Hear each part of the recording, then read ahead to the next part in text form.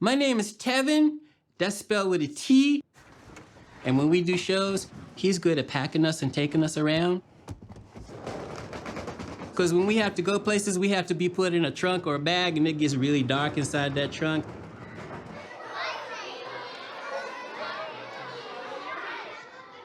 He works us, though, because, you know, every time we do a show, we got to do rehearsal, and we got to do it again and again and again. He's like that.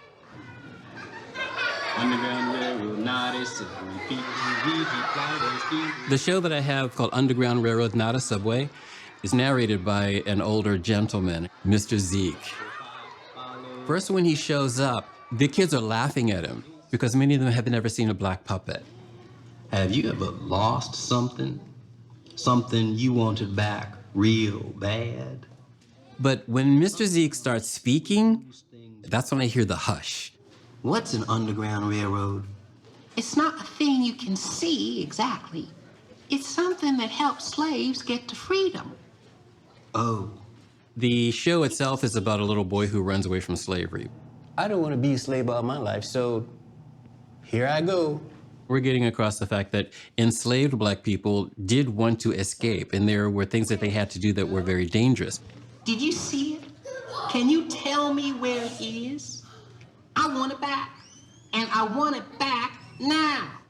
Slave owners thought they lost something because they considered those people their property. I gives it a good home, and I takes care of it, so it's mine, right? It's pretty dense with information, but because it's a puppet show and it's done in fun ways, the audiences absorb a lot, I think. Underground Railroad had conductors, helped the slaves get away to freedom. Black, brown, red, and white, they helped the slaves stay out of sight.